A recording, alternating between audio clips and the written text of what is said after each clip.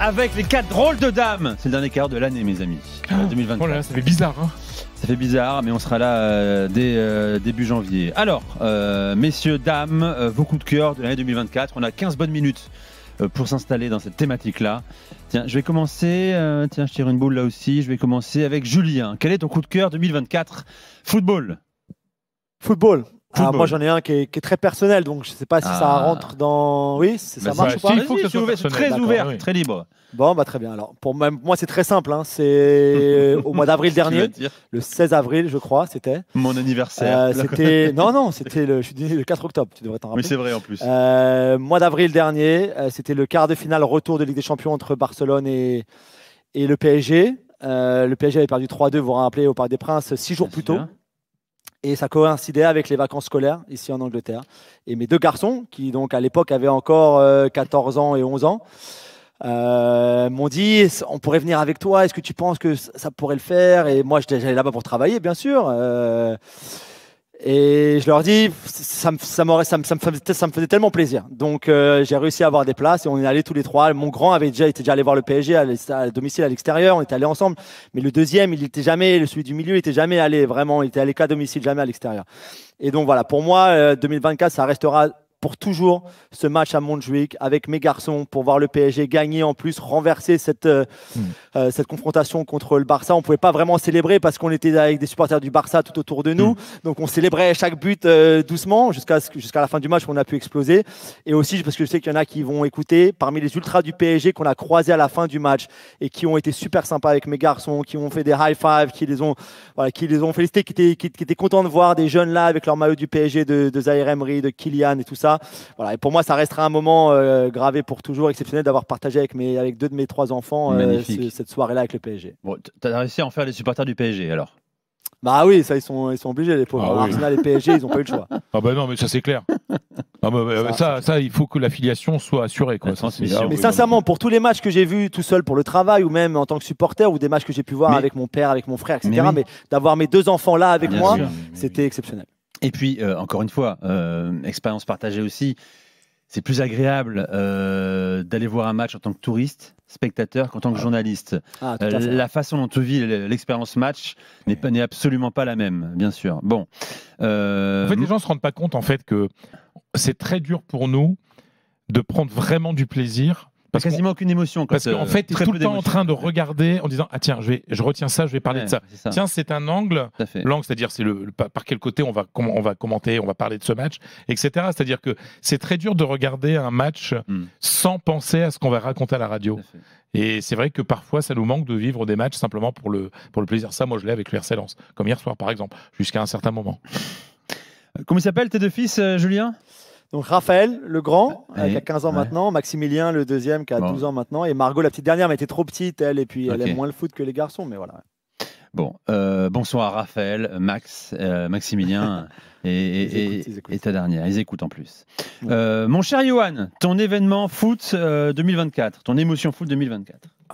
C'est difficile de passer à côté de la victoire de l'Atalanta en finale d'Europa League, parce que c'est un club que je suis depuis longtemps. J'ai suivi toute la progression de ce club-là.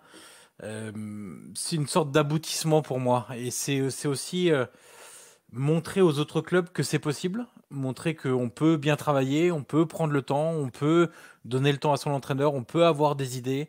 On peut développer sereinement, économiquement le club en accompagnant et non pas au détriment du sportif. On peut aussi même effectué il y a quelques années, une transition entre un propriétaire,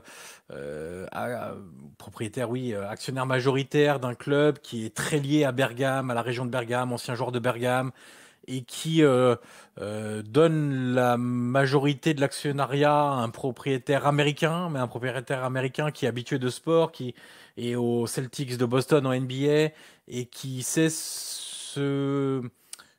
qui comprend ce qu'est le sport en Europe et les différences qu'il y a, et qui veut pas tout bouleverser, qui veut pas en faire un Disneyland, qui veut pas imposer des méthodes qui ne marcheraient pas, qui veut pas balancer de l'argent pour griller des étapes. Non, il y a une continuité malgré le changement d'actionnariat avec deux mondes totalement opposés, Bergame et Boston. C'est extrêmement différent.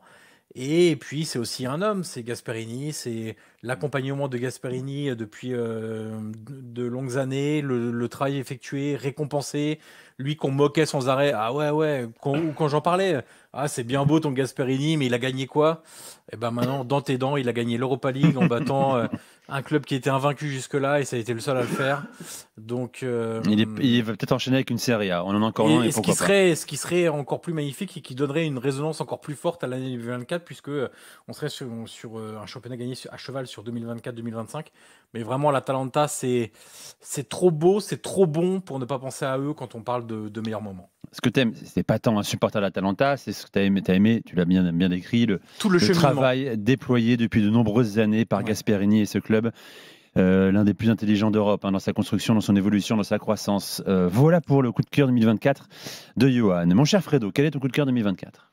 Je vais parler d'un tout petit coup de cœur avant de parler de mon coup de cœur. C'était il y a quelques heures. J'ai reçu un message en privé sur Instagram de Davy. Davy, c'est un petit peu dur pour lui en ce moment. Noël va pas être facile. Et il me demande à vous, les copains, et à toi, de vous transmettre son merci aussi, en disant que souvent on n'a pas conscience, c'est vrai qu'on n'a pas conscience du bien que parfois on apporte à ceux qui nous écoutent. Donc Davy, on pense à toi, voilà, et on est là que pour toi et pour les autres. Parce que s'il n'y a pas d'auditeurs, on n'existe pas, on mange pas. Voilà, c'est un petit hommage aux auditeurs. Mon gros coup de cœur, c'est Luis de la Fuente, le sélectionneur espagnol, parce que moi j'aime bien les gens qui sont un peu à contre-courant. J'aime bien les gens qui ne sont pas dans la bien-pensance footballistique. Tu parles de toi, là, en fait. Là. Oui, aussi. Tu sais, quand on parle des autres, on parle toujours un peu de soi. Parce que c'est quelqu'un qui est un peu méprisé. C'est le type qui entraînait des équipes de jeunes. C'est un type un peu à l'ancienne, etc. Personne ne misait un copec sur la sélection espagnole.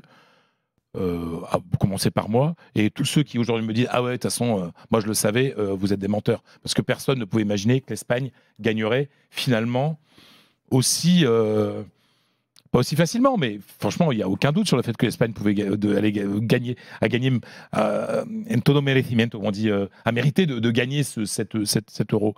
Luis de la Fuente a créé quelque chose de particulier.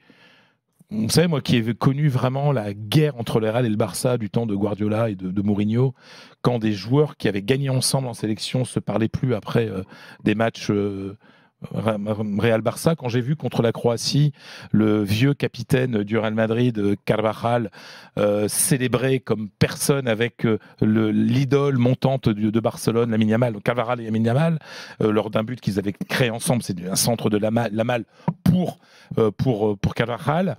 Quand je vois le niveau de certains joueurs qu'on n'a pas forcément retrouvé depuis, je pense à Dani Olmo, je pense à Fabian Ruiz, peut-être même Cucurella. Enfin, tu vois, il y a des joueurs comme ça qui, grâce à De la Fuente, sur un moment, ont été meilleurs que ce qu'ils sont habituellement et ce qu'ils sont depuis. Et puis, Luis de la Fuente, c'est quelqu'un qui assume d'être catholique, c'est-à-dire d'être un fervent catholique à l'ancienne, d'être d'une Espagne un peu ancienne, d'être taurino, c'est-à-dire, il le dit clairement, je suis catholique et taurino. Taurino, c'est-à-dire qu'il aime la corrida. Ce qui, dans le monde actuel, n'est pas très bien vu, même en Espagne. Donc voilà, c'est un type un peu à l'ancienne. Il ne donne pas de grandes leçons de football. Il fait comme font les meilleurs entraîneurs, c'est-à-dire placer les joueurs dans les meilleures conditions pour qu'ils puissent exprimer au mieux leur talent. C'est quelqu'un qui pense que les joueurs sont plus importants que les entraîneurs. Et puis, ça a marché. Mais Luis de la Fuente est, pour moi, le grand vainqueur du football en Espagne en 2024. Et j'espère pour lui qu'il restera longtemps. Et maintenant qu'il y a un nouveau président de la fédération, ce serait peut-être bien de l'augmenter parce qu'il a toujours un petit salaire. Le message est passé. Polo, ton émotion 2024, ton moment. Date de hier, en fait. Ah, je vous parle souvent de... Non, mais parce qu'en plus, je l'ai réécouté une deuxième fois, enfin, je l'ai revu une deuxième fois, j'ai forcé madame à regarder aussi. Je vous parle souvent de l'émission Doppel Pass, qui est une émission qui a aujourd'hui 30 ans. Et dans le monde des médias, moi, j'ai pas été formé comme ça, mais il y a un truc qui existe, c'est ce qu'on appelle des moments. Tu sais pas pourquoi. Tu as des émissions cultes et puis il y a des moments de télévision, il y a des moments de radio qui sont génialissimes. Et hier, Doppelpass avait invité. Donc je vous rappelle ce que c'est Doppelpass, c'est le principe en allemand de la Stammtisch que connaissent bien aussi les Alsaciens. C'est-à-dire que ce sont des invités permanents qui viennent et qui reviennent tous les 2 mois, tous les 3 mois pour discuter. On a un invité permanent qui est Stefan Effenberg, ancien joueur du Bayern, qui retrouvait Oliver Kahn, son ancien gardien victorieux de la Ligue des Champions en 2001. Et ce moment avec Oliver Kahn était mythique parce que Stefan Effenberg et Oliver Kahn, je peux vous assurer, ont complètement oublié qu'ils étaient filmés. Et ils ont raconté 2001, donc la victoire au tir au penalty contre Valence. Ils ont raconté ce qui s'est passé à Rostock lorsqu'ils ont perdu une rencontre et que Oliver Kahn marque un but, mais il marque avec les 2 points. Parce qu'il pensait qu'on avait le droit dans la surface adverse de marquer. Il rappelle évidemment ce qui s'est passé à Hambourg en 2001. On lui a posé des questions très sérieuses lorsqu'il était président délégué du Bayern Munich, où on lui dit, où il y a un journaliste très connu en Allemagne qui lui pose la question en disant « Vous avez dit que être président délégué du Bayern, c'est travailler 24/24. » Et je vous rappelle que Couillonnès avait dit à propos de vous, s'il commençait déjà à travailler 12 heures par jour, ce serait déjà pas mal. Et il répondait pour montrer la dureté aussi de l'émission par rapport à ce qu'on voit en France. Et l'émission est assez extraordinaire parce qu'Oliver Kahn ne se cache pas. C'est quelqu'un qui est très ambitieux, très individualiste, où quand il ment, ça se voit sur son visage. Quand il souffre par rapport à des titres perdus, ça se voit sur son visage. L'expérience qu'il a vécue au Bayern il y a 1 an et demi maintenant en tant que président est très dure encore à digérer, etc. Mais ça reste un guerrier, un combattant qui explique pourquoi il est devenu le titan, comme on dit en Allemagne, pourquoi c'est un volcan. Et en face, il y avait une combinaison avec son ancien joueur, 2 joueurs qui d'ailleurs dans le vestiaire parlaient très peu par rapport à des Brésiliens, par rapport à d'autres joueurs, hein, Lothar Matthäus, etc. Et il expliquait que eux 2 étaient toujours fixés sur les objectifs, c'est le prochain match, faut le gagner, etc. Et donc on peut comprendre qu'un Franck Ribéry, lorsqu'il faisait des blagues dans le vestiaire, ça n'amusait pas forcément un Oliver Kahn. Il y a encore une fois, c'est pas parce que c'est Oliver Kahn, mais je crois que hier, et j'en ai encore une fois, j'ai forcé entre guillemets ma femme à regarder l'émission avec moi une deuxième fois, c'était un moment de télévision. Et c'est assez rare, et je crois que hier, c'était assez génial.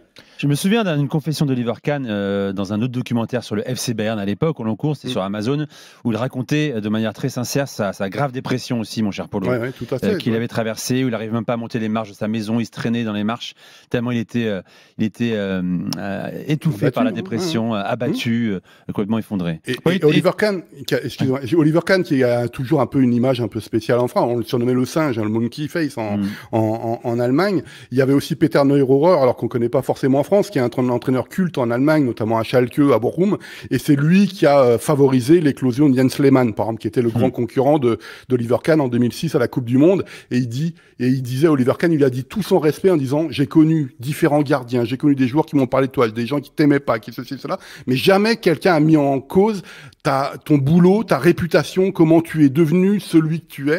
Et il y avait un truc, je te dis, c'est rare, une émission. Il y a parfois des bonnes émissions. Et là, un moment comme ça où tu vois le mec, en plus, il a une gueule, Oliver Kahn, tu vois, il aurait pu jouer dans les westerns américains des années 60, tu vois, il a un truc, quoi. Et le moment, à ce moment, c'était assez génial, Doppelpass. Et aussi, c'est aussi le plaisir d'avoir Florian Koenig qui tient le micro dans cette émission. Et ça me permet de dire merci à Nico Jamin aussi. Bah justement, Nico Jamin. Oui. Et toi, c'est quoi ton souvenir de 2024? On a plein. Tous les lundis avec nous, on sait ça, mais à part évidemment, c'est mon émission en dehors de... C'est mon petit plaisir. Et toi, en tant que supporter de football et de suiveur du football. Andy Carroll, j'imagine. Voilà, le premier but d'Andy Carroll avec les Girondins. Il est là, Julien. Il est bon, celui-là. Il en a à 7. Il en a à 7 pour l'instant, Andy. Mais bon, d'ailleurs, je me posais la question, je voulais te la poser même par WhatsApp.